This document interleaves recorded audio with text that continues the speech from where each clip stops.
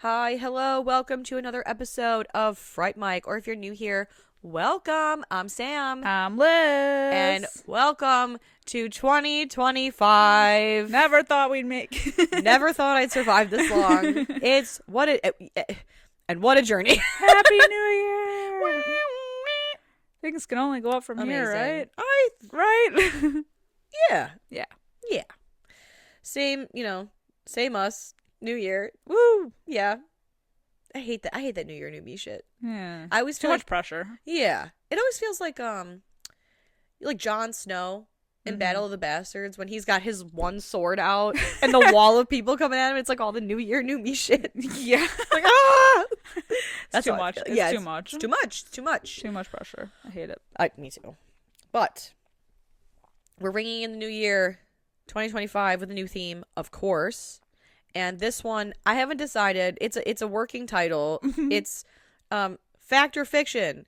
Also, seeing is believing. Also, so what is the truth, Ellen? Also, don't stop believing. Also, never stop, never stopping. This month, I don't know how to quite phrase it, but we're going to be talking about movies that all have to do with your belief in something giving something power, right? Mm-hmm. And what better way to start off this theme, to start off this year, with the movie that came out 20 years ago. That's disgusting. I almost threw up. Yes. 2005, we are talking about The Skeleton Key. What a banger. Banger. Out the gate. This movie's so underrated. No one talks about this movie. Yes. The atmosphere alone in this movie is, it's great. It's amazing. It's Louisiana. I don't want to say New Orleans. Yeah, partially. It's partially New Orleans, but it's Louisiana. It's mostly the swamps. Yep. It's hoodoo. It's, you remind me of the babe. What babe? The babe with the power. What power? The power of voodoo. Mm-hmm. Mm-hmm. The vibes. Yeah. And it's so early 2000s. Yeah. It's got those frantic, chaotic zoom shots. Yes. Oh my God. To make it extra spooky. Oh my God, it's so true. I love it so much, though. I love this movie. I always have. Me too. And it's mostly because I love Kate Hudson so much. She's Very great. true. And up until this point, has she been in any horror movies other than this one? Well, I know she was in a thriller called Gossip that I believe I spoke about on the podcast before on our Patreon. Okay. She was also in, I never saw it, but she was in The Glass Onion, which is a murder mystery situation. Yeah. But those are kind of more lighthearted, I would say. Yeah. But yeah, I think this is a straight up horror, I would say. She's good in it, though. She is good. She's actually a smart character. Hello. She makes the right calls. She's crafty. Yes. She beats these old people. Yeah. The ones that need to be beat anyway. Yeah, exactly. Yeah. But I think the most unrealistic part about this movie is how good her hair always looks in that humidity. Thank you. The biggest fairy tale in this story. This movie is about hoodoo. Yes. Yes. And ghosts. The magic that is magicking for those locks is crazy. It is. I'm like, oh my God. Always a beautiful blowout. Always coming fresh from the salon. John Frieda himself. Yeah, perfect makeup, perfect hair. Yeah. In that humidity. Yeah. I don't believe. That's what I don't believe. Period. I don't believe. I saw it and I don't believe. Especially because you and I both have unruly hair, and we've been to New Orleans. We know how that shit behaves. Instant messy bun. Yeah. I look like the Courage the Cowardly Lion. Yeah. Courage the Cowardly Lion? No, Courage the Cowardly Dog. I look like the cowardly lion who needs courage. You see where I'm confused. I had to wear a hat. Oh my God. Yeah, this movie's so fucking great. I can't believe it came out 20 years ago. I can't believe that either. Absolutely disgusting. And the best part is Peter Sarsgaard, smarmy in every movie. So he always is. I think he doesn't act. He slithers. He just is. Yeah. He just is. Yeah. He's like inky and slinky. Oh my god. He's so good though. He's great. He's always a good bad guy. He is.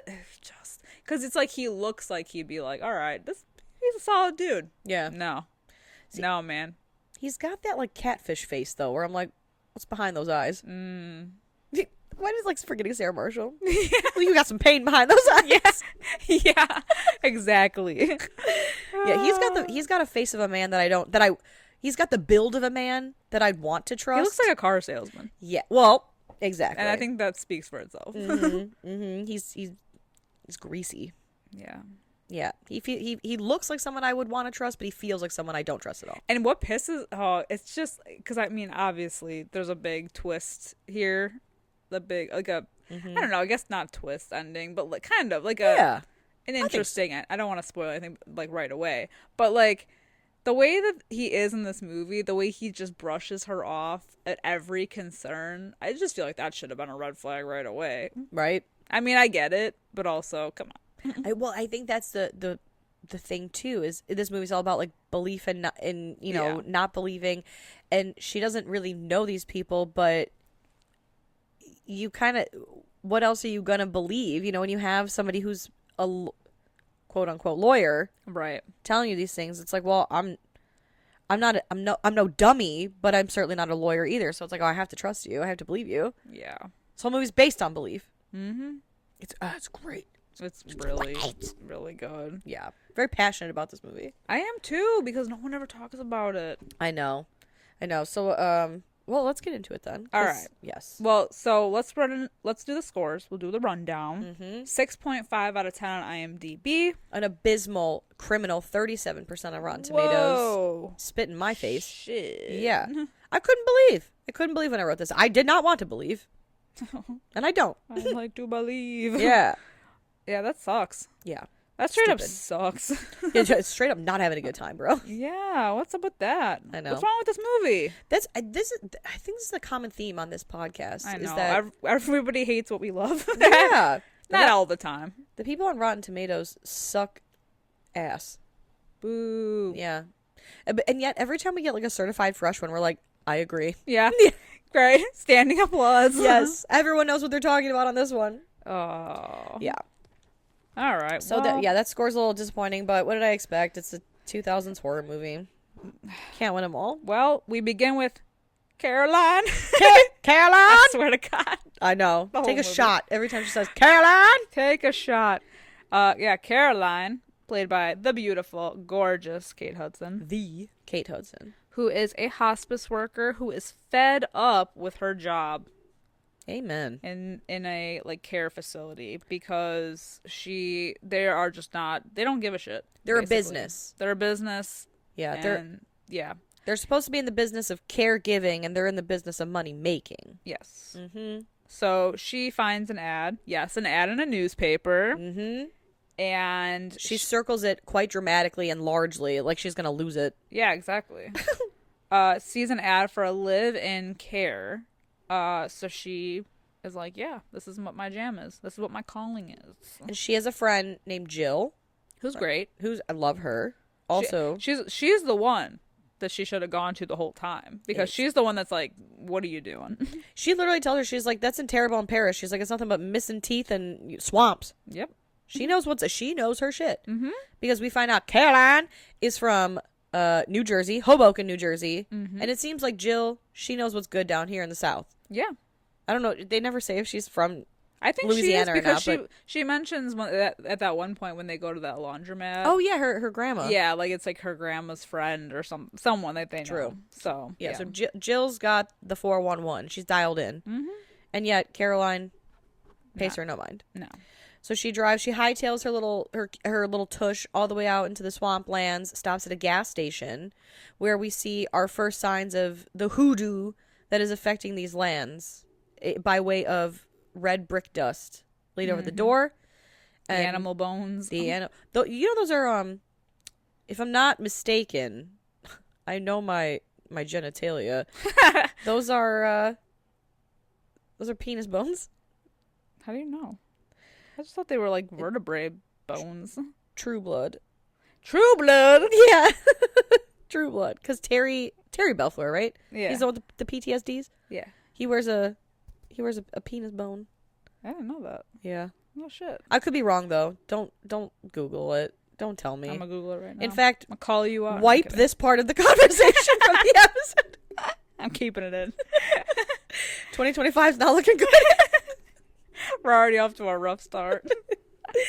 Oh you know what's crazy, though, is her getting gas for $17. Right. Ah. Oh, my God. Yeah, what? Bullshit. Yeah. Bullshit, honestly.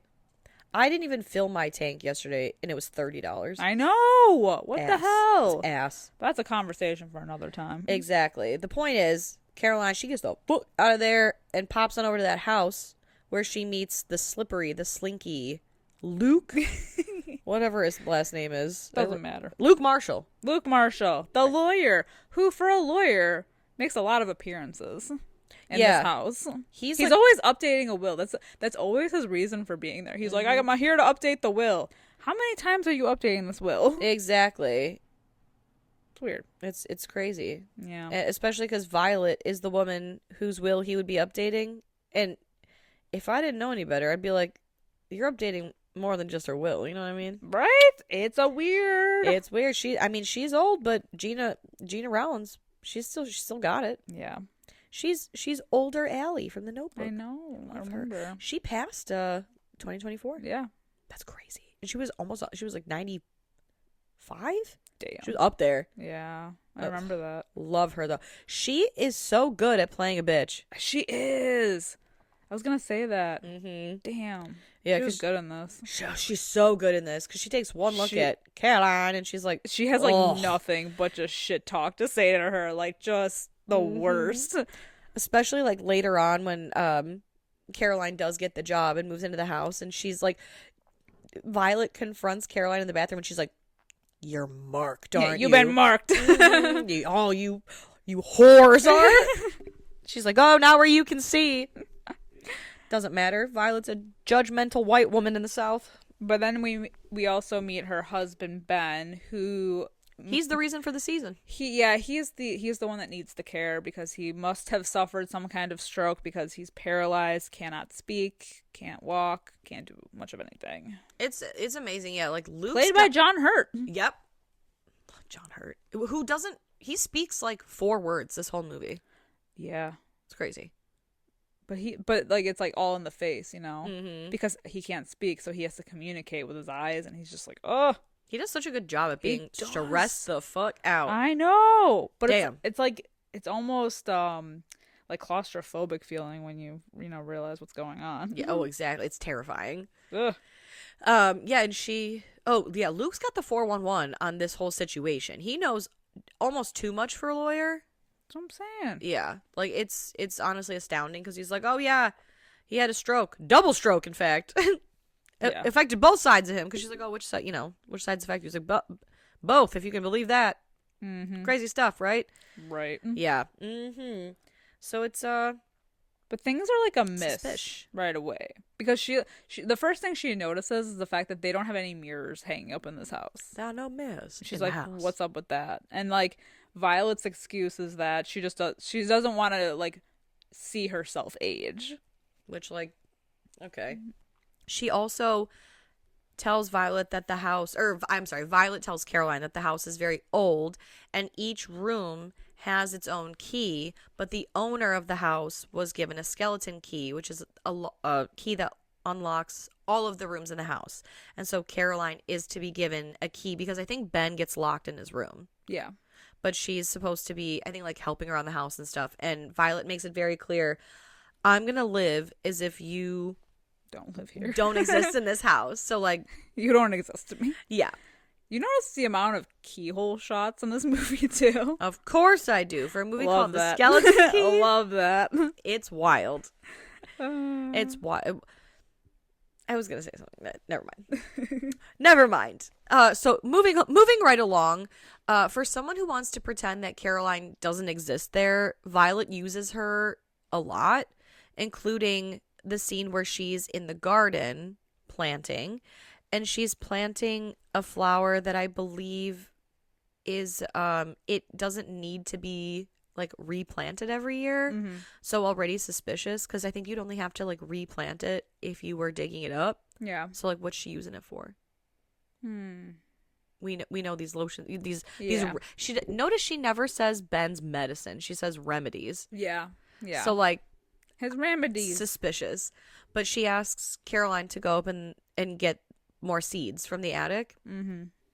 And this is when we Shit discover. really goes south. This is when we discover the reason for this movie. The reason for, I keep saying the reason for the season. Yeah. I think it's just we came out of Christmas. Yeah. The reason for the season. Yeah, there's a small door behind it. I think it's like behind a shelf, right? Mm-hmm. And it's crazy because she finds all the mirrors too. Yeah. That are hung up all over. That were hung up all over the house. And the door, the small door that she finds that's behind a shelf, mm-hmm. it cannot be unlocked by the skeleton key. And also it's almost as if there's like a wind blowing it, because she hears it, and that's how she discovers it. And when she asks Violet, when she comes down from the attic, she says, "What's that door up there?" Violet, I mean, how do you not just medium suspect somebody who's like, "Door? What door? Oh, that door? Never heard of it."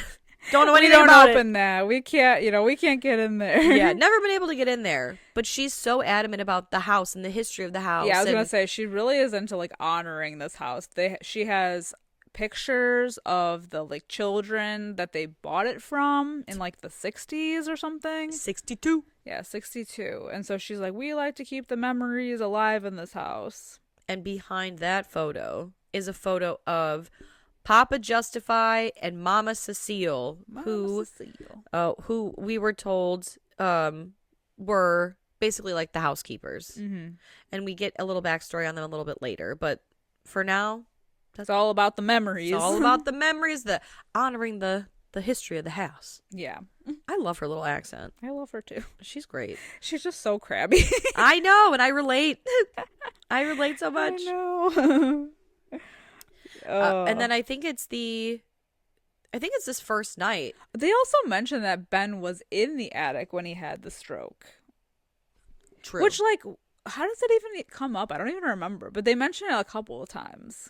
Because I think she's, like, trying to figure out, like, what the hell went on up there. Yeah. But I think that Violet mentions it. And then at some point, what's his name? Luke mentions it as well. Mm-hmm. Because it comes up even when they ask, they basically, before it's confirmed that Caroline gets hired, you kind of hear Violet going off on Luke, you know, like, I don't like her, she's not from here, she won't understand the house, and he says, all of the other ones have left.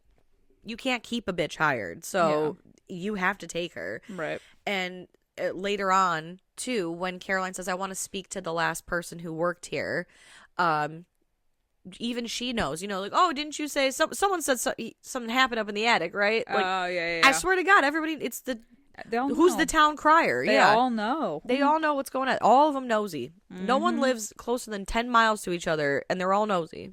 Exactly. Yeah. So it's a rainy night, and Ben.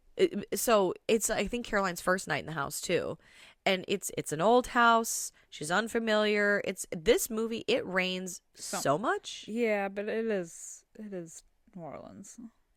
But when we were there, it didn't rain at all. I know, but I think it usually does. Really? I don't know. Do they have like a rainy season like Japan does? Maybe. Yeah, could be. I don't know. Either way, it's particularly heavy rain throughout the course of this film. Yeah. And this night is one of those nights, and she wakes up because she hears a strange noise. And mind you, she is given specific instructions to give Ben his remedies twice a day at specific times. And so we hear this noise in the house, and Caroline, it's like a bang and then a clack, clack, clack, clack. Yeah. And it's really kind of eerie, especially if you don't know what it is. And she can't find him anywhere. Not in bed. Yeah, he's escaped. Yeah, his wheelchair's there. He's not in bed. And she finally figures out that he's on the roof dragging himself along. I just love, too, that she's waiting there. How did she not... I got questions. I have questions. Number one, How did he hoist himself up? He's dragging himself, which means it's all upper body. He has to be an Olympic athlete to have hauled his ass up over that window. He had to get the window open, get himself out, and then he closed the window behind him. Mm-hmm. He's Superman. He better be able to climb a rope with just his arms. Yeah. And I think that's what he was going for. That's crazy. Down that like ladder.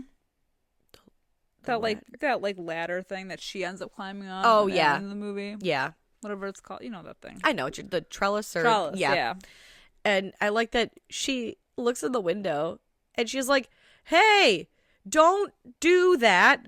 Stay right there. And he looks then back just and he's stands like, there. fuck yeah. Well, then he looks at her, he's like, fuck you, and keeps doing it. And she's like, I said stop. And he falls off. Yeah, because she just, like you said. Yeah. It's like she doesn't know what to do. Like she doesn't know she can't go on the bottom because she's not going to catch him.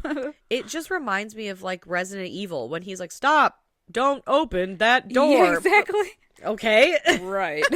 Sure. Yeah, she's got to run out there in her white t-shirt, titties out. Titties out. At least she puts pants on because she wasn't underwear at first. Exactly. And so she wakes up Violet. They go downstairs. And of course, Violet's like, this is all your fault. Yeah, you dummy. You big dumb dummy. So she has to go back to get his wheelchair so they can get him on there to get him back inside. When she goes back in, she notices his sheets. Something is written on them, and it's help me. And she's like, son of a bitch. Something foul is going on in this house. Yup.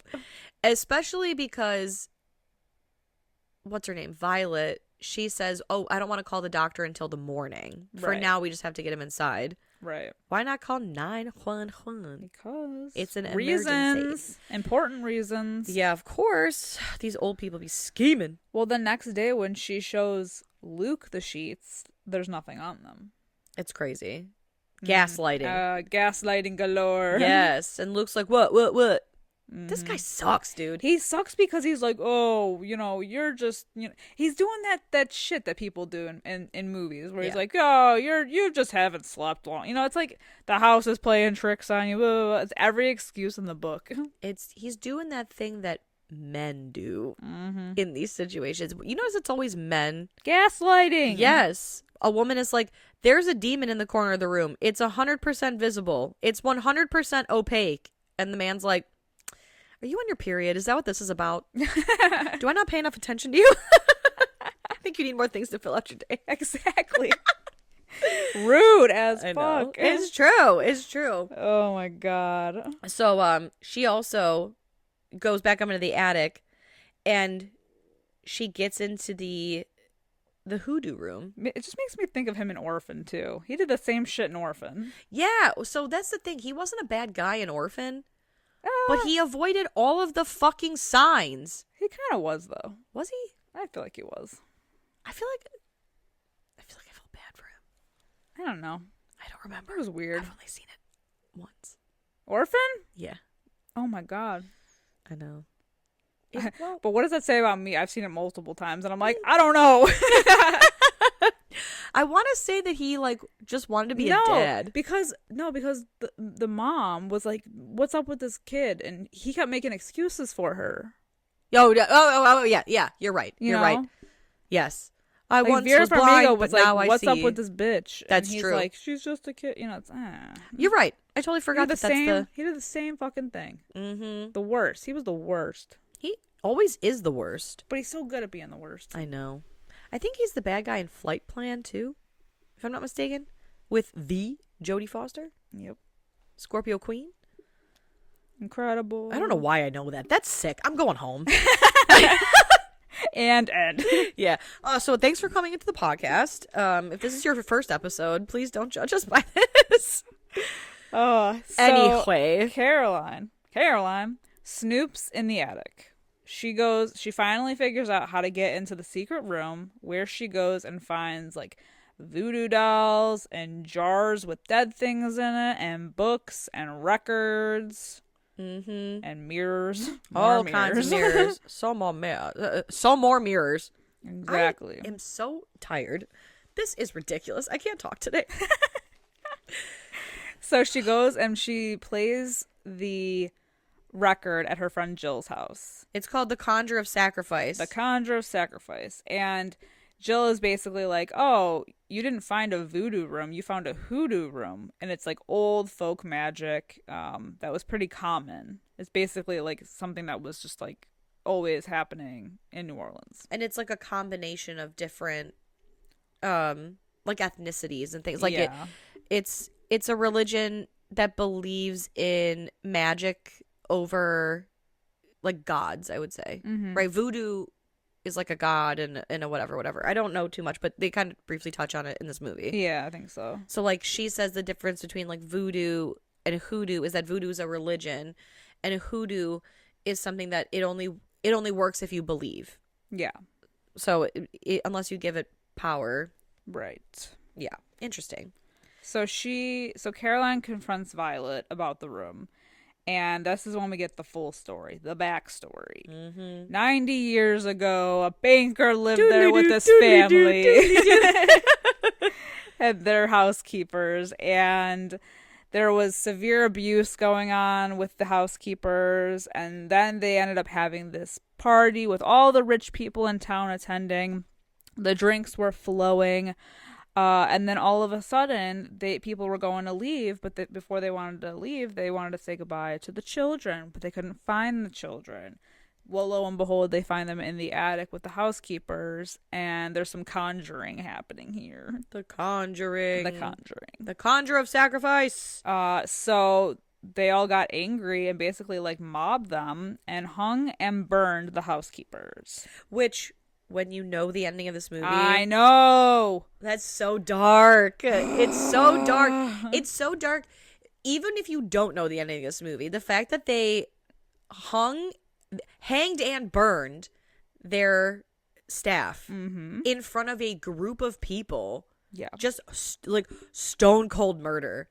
Honestly, that's so fucked up. I think that's just crazy anyway. That's what I'm saying. Like even when you don't know the ending. No, but I mean like in any circumstance of like just like the public hangings, like how common they were. Yeah. And that was just like a thing. And people would gather. Like, yeah.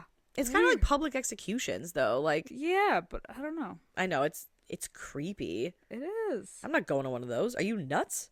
I don't know. Like you're all just standing around watching someone die. That gives me both the heebies and the jeebies. Yeah. Yeah. And I don't need that energy on my spirit. Absolutely not.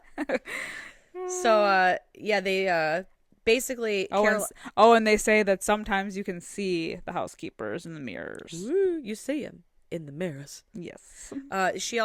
Caroline asks whatever happened to Thorpe, the homeowner.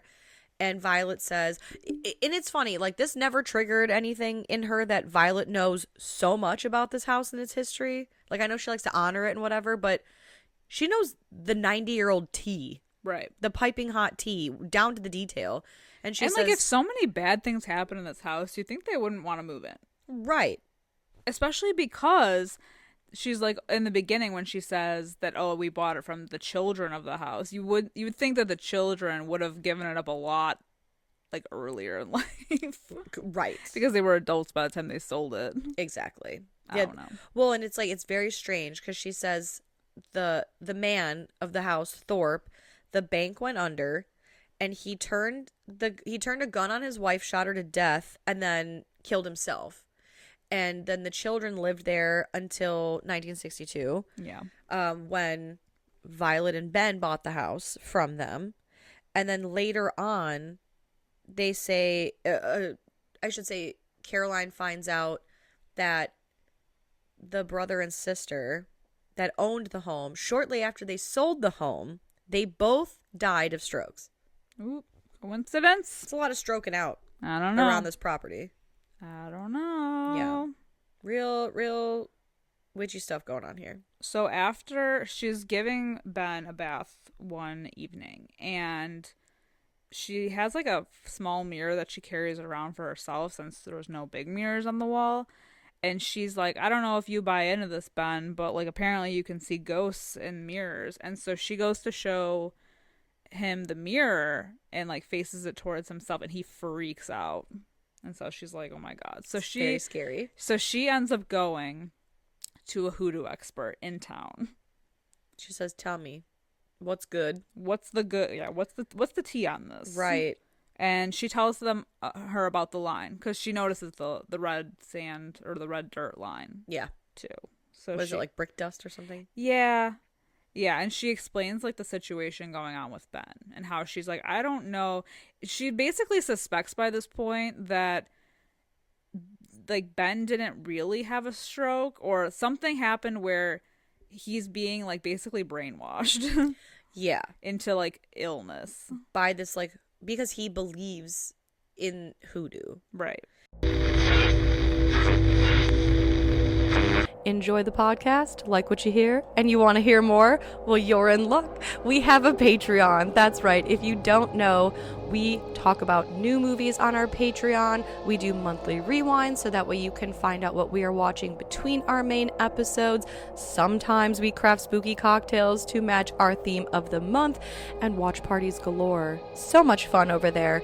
Head over to patreon.com/Fright Mic podcast to check that out. Again, if you want to hang out with us a little bit more, then support us over on patreon.com/Fright Mic podcast. And we'll love you forever. Okay, bye. And so she's like, oh, she's telling this woman, say you are dealing with somebody who believes that magic made them sick. Mm-hmm. Could believing in a magic cure like undo fix it? Yeah. And so the woman even says someone's been working roots on you. Mm-hmm. Because this whole time Caroline keeps like mentioning things to like Luke, or like Jill pops up every now and then. Mm-hmm. Like it's not very often, but you know, she's like, oh, I thought you didn't believe in this stuff. I thought you don't believe. And Caroline keeps saying, oh, I don't believe it. I don't believe it. But so this woman's like, oh, someone's been working roots on you. And she's like, oh, no. It's just I work for somebody who believes that magic made him sick. So in theory, you would have like a magic cure for that, right? But just the fact of her being there is already a sign that, like, okay. Yeah, right. Like the seeds are being planted. Mm-hmm. Yeah, and she talks about the red brick dust too. She asks about that, and she says, oh, it's meant, you know, you draw a line and no one who means harm can cross it. And so I want to mention that because there is a scene later that I want to ask you about. Okay. That has to do with that. But so she's like, oh, so he's been crossed and you want to see if you can uncross him. And so she gives Caroline a little, I guess, like packet, right? Like a spell packet. Bundle. Yeah. So she performs the little spell on him and he's able to talk. Like, kind of, he like chokes out words. They're the most clear. It's the most clear he's been the entire time. And he says, like, basically, like, get me out of here. And she doesn't give him his remedies either. She's gonna get them both out. And she's like, by this point, she's like, we need to get the hell out of here. She tells him, like, I'm coming back and we're getting the hell out of here because hell no. Yeah. Before she really makes any rash decisions, Violet comes in the room, right? Because he's freaking out. And Violet's like, what did you do? She's like, I didn't do shit. Mm-hmm. And Violet kicks her out of the room, locks the door behind him too. And so the next day, she goes to see Luke and she's like, I don't want to point any fingers. Not yet. I don't have any proof, but I want to talk to the last person who worked here. And so she works at like it looks like an assisted care facility as well. And she's like, oh yeah, I worked there for like, what did she say? Like 2 weeks. And she's like, my mom found out where I was working and she's like, get the fuck out of there.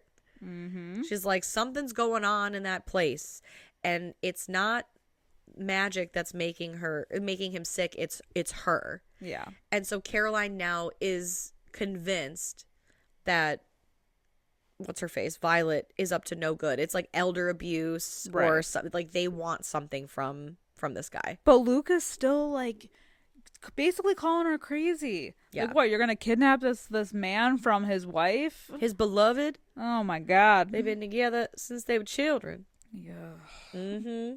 Not children, that's gross, but you know, they've been together a long time. Yeah.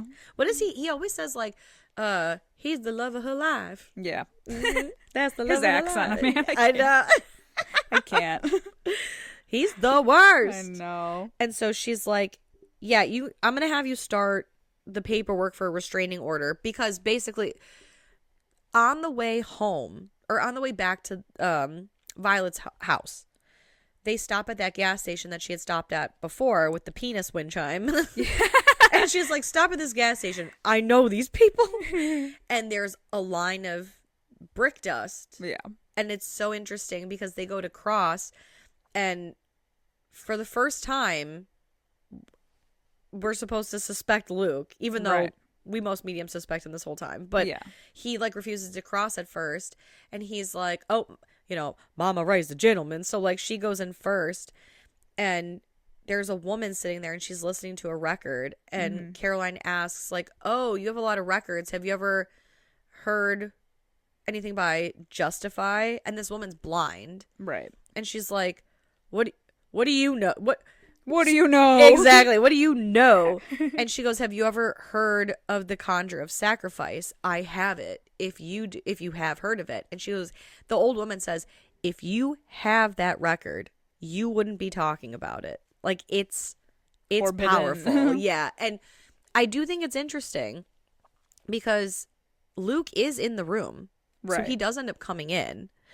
But the woman says that's a powerful thing that you don't want to mess with. Yeah.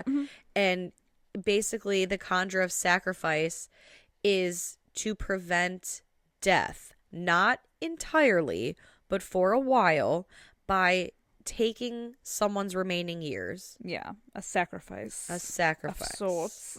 And so when they leave, she tells Luke, like, hey, you got to start getting on this paperwork because this old woman is beating the shit out of this dude. Yeah. She wants something from him. And when she goes back, her record is missing. Mm-hmm. And we see Violet in the kitchen preparing something. She's preparing a meal. Yeah. She's cutting up some bird. Some bird, yeah. That's Gross. like fully just in the pot. Whole. Yeah.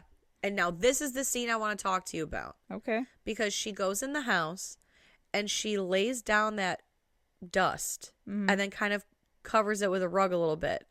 And she goes into the room and she's calling to Violet. And she's like, hey, there's a leak in here. I want you to look at this. Yeah. And Violet's like, oh, yeah, whatever. And as she goes to go into the room, her foot kind of slides and stops. And she goes, actually, I left dinner on the stove. I should probably watch for that. And Caroline's like, well, it's like the scene is so great because it's so tense because they're both like so far away from each other. Yeah, she's like, well, you need to come into the room to see this. And she will not cross the threshold. And she says, well, here, why don't you stop it up with this rag? And holds it out. And Caroline says, perfect. You can bring it to me. So it's this like battle of wills. Yep. And she just like Violet just laughs and goes to walk away. And I want to ask you, because again, like this and the gas station scene. The gas station scene, I think it's interesting that Luke refuses to cross and then he does. Mm-hmm. But I think he crosses because he doesn't really mean the woman harm, right? Yeah. He's just there to like observe what's going to be said, right? I think so. I did notice he was in the room. This scene, I have questions because do we think, and I've never thought this before until watching it this time, and I don't know why. Do you think that she didn't cross because she wants to harm Caroline? Or do you think that she didn't cross because she sensed it and knows that if she doesn't cross, it will further push Caroline to believe? I think both. You think so? I think she couldn't because she does mean her harm. Mm-hmm. But also, she, like, something changes in her face when they're looking at each other. Like, she realizes, like, I'm getting closer. Mm-hmm. She's planting the seeds. She's been planting the seeds this whole time. Totally. Literally and figuratively. Yeah, for sure. Yes. Planting them damn seeds in the garden. Yeah. So I think she realized, that's why she's like, you're funny. Like, she's like, yeah. You're funny. Like, okay. Like, she can't physically because she does mean it. I mean, that's the whole point of what she's doing in the kitchen, too. Yeah. You know, that's why she doesn't eat the food. Like, I'm sure something was in it. Probably. So she tells Ben, Caroline, she goes to Ben, we're leaving tonight, just so you know. So, but Violet prepares this dinner. And she's like, you need to eat. But Caroline is like, I'm going to drug the sugar cubes because she loves sugar in her tea. But tonight, of course, Violet doesn't want sugar in her tea. I like that Caroline pushes it. She's like, you should put some sugar in your tea. No, I don't think so. But you always put sugar in your tea. It's like, okay, can you be a little more discreet about it, though? Right. Well, she dumps it in the sweet tea anyway. Yeah. Oh, gosh. Double doses that shit. Yeah. And it's like such a tense dinner scene, and the power goes out. And so they're having dinner by candlelight, which is when, she takes the opportunity to drug her. But then it just gets so tense because she's like, you haven't touched your gumbo. I prepared that special for you. And Caroline decides this is the moment that I'm going to confront this old woman and say, like, I know what you're doing. We know about the spell on Ben. Yes. We know what you're up to. I don't like it.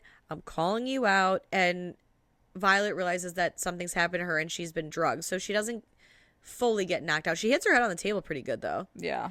And then she starts... So she knocks her head on the table, falls to the floor, and then she, out of nowhere, pulls fucking chalk and this paper out of thin air, it feels. And she starts drawing a circle and chalk around herself.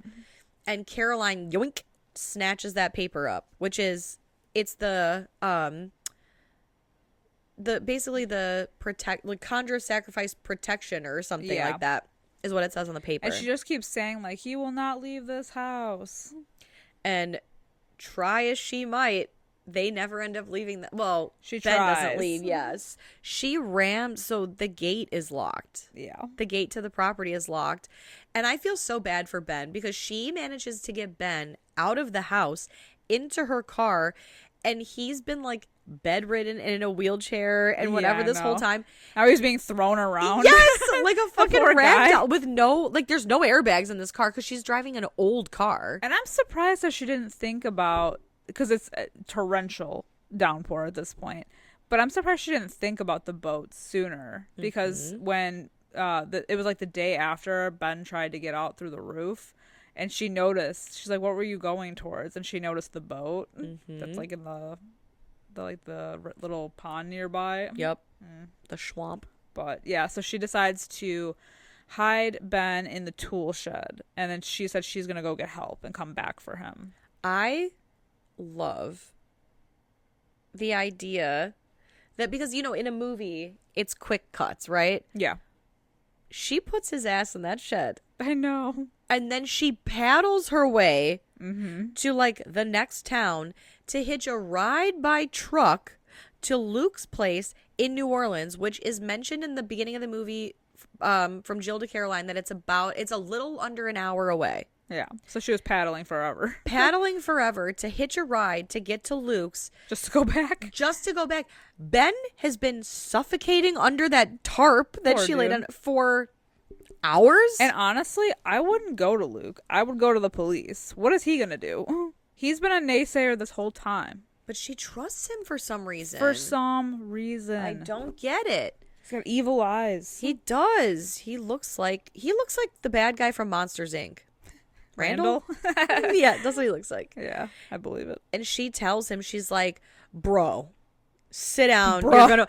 She kicks that door in and is like, bruh, shit's going down at the old plantation. If you know what I'm saying. This white lady is crazy and she's lost her damn mind. And Luke's like, hold on a damn minute.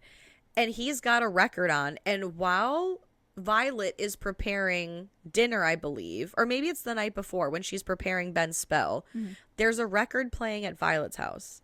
It's that, like, my grandma and your grandma sitting by the fire. So when she's in Luke's house, she notices that record is also playing, which, like, weird timing, but okay. Right. And he's like, you got to slow down. Tell me what's going on. Gets a call from Violet. I've never met a lawyer so connected to his one client. Exactly. It seems. It's weird. Yeah. And he takes her call and he goes, we gotta record this, and takes like a tape recorder into the other room. Yeah. And whilst he's in the other room, she notices he's got like lawyering for dummies. The beginner's guide to wills. To lawyers. Yes. How to lawyer in 20 days or less. Like, it's crazy. But then she notices the photographs of her. And then on top of the photographs of her, she notices the ring that she finds in the hoodoo room in the beginning. It's 3 snakes with red eyes. Papa Justify's ring. And she's like, what in the holy ghost fire? But it's too late because Luke's up on her ass. He strangles her until she passes the fuck out. Mm-hmm. And when she wakes up, she's bound and gagged in a car back to Terrebonne Parish, to the house. And it's funny because Luke says something to her along the effect of like, oh, life, something about like it's kind of like dying, not that I would know. Not that I would know. And the first time you watch this movie, you're like, well, yeah. And the second time you watch it, you're like, you sneaky, you son of a bitch. You sandbagging son of a bitch. Because when they get back, she's like, she doesn't even realize, I don't think, right? Like, she's like, you're helping her. You're helping this old lady. And they force her to tell them where Ben is. Yeah. And it's interesting, too, is when they come through the door, Luke says, we're home. Like, he calls it his home. Yep. And, so I don't know why she rats out Ben. I don't know guess either. What's going to happen, but. I feel like they didn't need, at this point, did they even need him? Well, no, yes. I think they needed him because Violet mentions to him, like, we can't make a move until we get him. But why would they need him? Oh, I guess they had to be together, maybe. Because of the story at the end. Yeah, where they're like, true. oh, it's great. They loved us so much. Yeah. They left to the house. Like that thing. So they need him before they can really do anything to sell their story. And I was confused. Like, I feel like it's not that I watch this movie a ton. I've seen this movie a ton, but it's so long between viewings that, like, I think my brain just kind of fills in things the way I want them to be. Like, and I'm trying to watch this more critical now because we were doing it for the podcast. But so I'm confused because I always thought, like, oh, she ratted out Ben because she surrounded Ben with the brick dust because she gets the red brick dust from the shed. Right. So I thought she put like a line or, like protection around him and said like, oh, well, he's in the shed because then they can't cross to get him. Mm-hmm. But they get him. I don't remember her spreading it around him. I don't either. That's why I'm like, I think in my brain. Yeah. Because she should have. Well, that's what I'm like. Or just put it around the shed, like the entrance to the shed. That's what I'm saying. And it makes it even more confusing that she looks at the line of sand that she has laid in the house. Mm-hmm. And so she says, he's in the shed. And because she looks at the sand. And so I was like, oh, she remembers that like he's under protection. Yeah. Clearly that didn't happen, and I don't know why that didn't happen. I know she was strapped for time or whatever, but that's why I keep thinking that maybe this shit is like, because they mentioned in the movie that Justify and Cecile are like basically god tier conjurers of things. So like, is it their magic that they can like make and break when they want to? I don't know. But because again, so she Violet goes to get Ben. Yeah. Leaving Caroline in the house with Luke. And she says, hey, I want to have the picture of my dad and have it with me. Can you just get the picture? And he's like, all right, I'll get you your damn picture. And that's when she makes a run for it and hides herself in that room. Yeah. And then she's pouring the red dirt over basically every entrance. To like every room. But he still wants to, like, he's still trying to break the door down. Yeah. So if he truly couldn't cross, what would breaking the door down do? Because he can't shoot her. Mm-hmm. That's the thing. She's in danger, but she was never in danger of like being shot because she can't be because of the end. Right. You know what I mean? Like, I think it was just a bluff. I think the gun was a bluff. The gun is a bluff for sure. But, like, getting the door down, I mean, it's like... Yeah. So he wanted to come after her. Yeah. You know, so, like... Yeah. No, I get it. I don't know. It doesn't make... I think they're, like, fast and loose with the red dirt. Yeah. The like, red dirt rule. The whole... And also the whole, like, it only works if you believe thing. Because if that's part of your like hoodoo is that like, oh, I can't cross this if I mean you harm. Clearly I mean to harm you. Right. And here I am crossing anyway. And she's dumping it everywhere and they still get her. And even Violet, when she comes back in the house, she says, you think you can use what did she say? You think you can use my tricks on me or my magic on me, and blows the dust in Caroline's face. Yeah. So it's like, so what is the truth, Ellen? Like, what is happening? Right. But like they should have started with that. Yeah. Just. It's such a small gripe because I do love this movie, but I was like, huh? And before she gets drugged, she does mention, or she is able to call 911, and she calls Jill. Yes. And she's basically like, it's all real. Yes. And then she gets drugged and like dragged upstairs. She runs upstairs. Yeah. And she starts drawing because she's got that the Conjure of Sacrifice protection. Mm-hmm. And so it says, what? Sulfur, hair, blood, and something. Salt. And she... Red flag... I feel like that red flags are all over the place. But when she goes up into that attic, into the hoodoo room of all places, and there are hundreds of candles lit already. Knocking shit over, man. Yes. All the mirrors in a circle. All the candles lit up. So something's going on up here. I'd be crossing out whatever they did on the floor, because they had a circle on the floor. I'd be going through, because they have a window in the attic. Right. Because she mentions in the beginning that was the housekeeper's room. I'd be blowing out every candle. I'd be setting that joint on fire. And breaking them damn mirrors. If you can see ghosts in the mirrors and now all of a sudden I'm worried about ghosts, smashing the mirrors. But she falls right into the trap. Yeah. Right into it. Because she draws the circle. She does the blood, the hair, yada, yada, yada. And the record starts playing. And I fucking love... Violet shows up, Gina Rollins, and she's like, child, I believe you broke my legs. Yeah, she's like hobbling her way up there. Because there's an elevator in the house. Yeah, but still, like, her legs are fucked. And we also got to talk about the power going out, but the elevator's still working. Yeah, that's weird. So what's the deal with that? I don't know. Hoodoo. Yeah. Hoodoo, I bet. Thanks. Yeah. And so Caroline, feeling real saucy now because she has a knife from where she cut her hand, which is another gripe of mine. It says blood. A, doesn't say how much blood. B, doesn't say where it needs to be from. A little thumbprint will do. Everyone cuts their hands. It's so dramatic, and your hand is constantly flexing, opening, closing. It's gonna take forever to heal, you dumb bitch. I can't stand. That's like a trope that I hate. The fact that she puts it on the salt too. Yes, you idiot. You idiot.